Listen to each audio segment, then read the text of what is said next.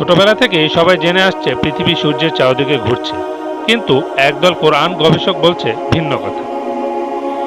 এই কোরআন গবেষকরা মানুষকে সবার আগে বিজ্ঞানের প্রকারভেদ সম্পর্কে জানার আহ্বান করেছেন। তারা বলছেন বিজ্ঞান চার প্রকার।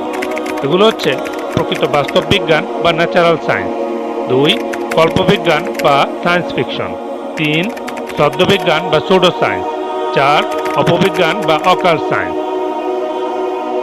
তাদের ভাষ্যমতে প্রকৃত বাস্তবসম্মত বিজ্ঞান বলতে বোঝায় যে সমস্ত জ্ঞান কিংবা গবেষণা বাস্তবতা এবং প্রকৃতির সাথে মিলে যায়, সেগুলো হচ্ছে সত্যিকারের বিজ্ঞান। যেমন পৃথিবী সমতলে বিছানো এবং স্থির, এটা প্রাকৃতিক এবং বাস্তবসম্মত। তাছাড়া কোরআন থেকেও এটাই জানা যায়। যেহেতু আল্লাহ আসমান জমি সৃষ্টি করেছেন, সেহেতু তিনিই ভালো জানেন পৃথিবীর প্রকৃত অবস্থা কেমন, আর সেটা তিনি কুরআনে স্পষ্টভাবে বর্ণনা করেছেন।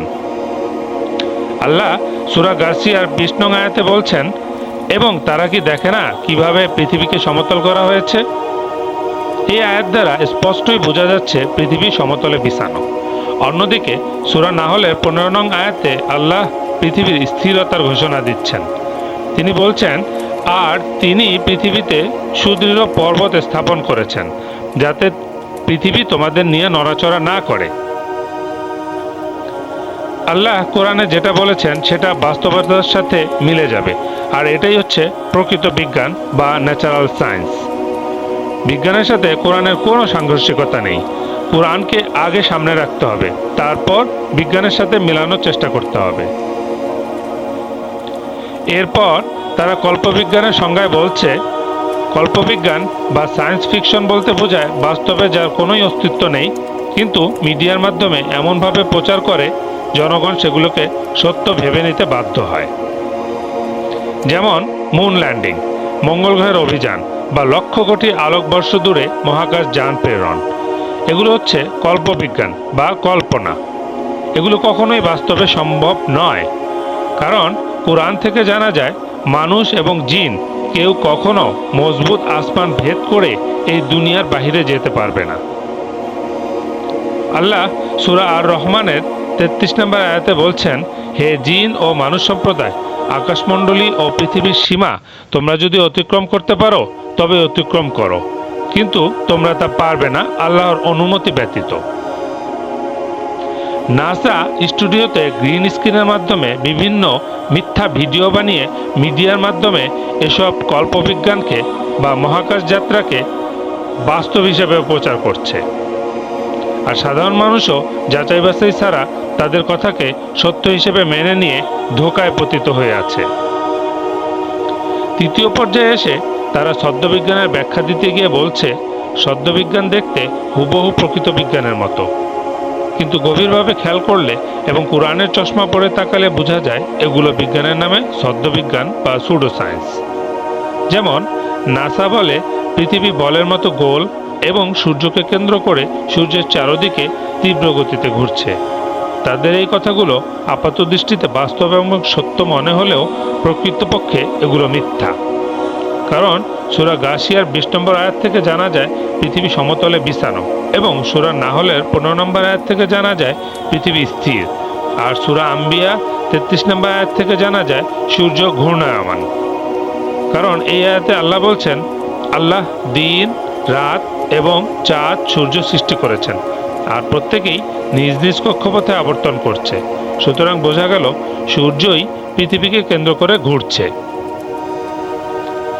এছাড়াও নাসা মানুষকে বলে সূর্য পৃথিবী থেকে 13 লক্ষ গুণ বড় এবং 15 কোটি মাইল দূরে, কিন্তু এই কোরআন গবেষকরা বলছে সূর্য পৃথিবীর খুব কাছে, প্রথম আসমানের ভিতরে অবস্থিত এবং আকারে পৃথিবী থেকে অনেক ছোট। তাদের দাবি হচ্ছে কোরআনে সূর্য সংক্রান্ত সকল আয়াত থেকে স্পষ্টই বোঝা যায় সূর্য পৃথিবী থেকে ছোট। তারা বলছে পৃথিবী হচ্ছে বাসস্থান আর সূর্য হচ্ছে লাইট।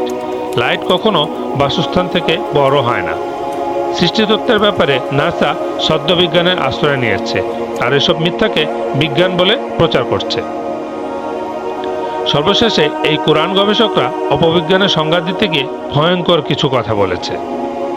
তারা বলে অপবিজ্ঞান হচ্ছে সবচেয়ে ক্ষতিকর জিনিস, যেটাকে বিজ্ঞানের মোড়কে নিয়ে আসা হয়েছে। যেমন ভ্যাকসিন এটা উপকারের চাইতে মানুষের ক্ষতিই বেশি করে। একটা সহজ জিনিস বোঝার চেষ্টা করতে হবে, মানুষের যেই রোগ হয়নি সেই রোগের জন্য মানুষ কেন ভ্যাকসিন নেবে?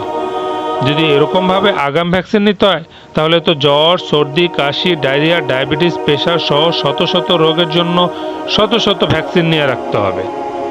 এছাড়াও ভ্যাকসিনে যে সকল উপাদান ব্যবহৃত হয় তা মানব শরীরের জন্য অত্যন্ত ক্ষতিকর।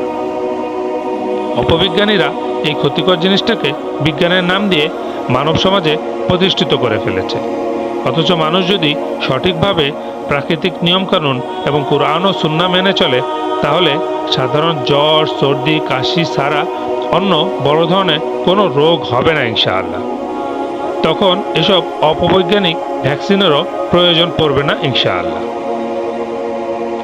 সবশেষে এই কুরআন গবেষকদের গবেষণা এবং পর্যালোচনা থেকে বোঝা গেল বিজ্ঞান কখনোই প্রকৃত এবং কুরআনের বিরোধিতা করে না, বরং সঠিকভাবে প্রকৃতি, বাস্তবতা এবং কোরআনের সাথে মিলে যায়।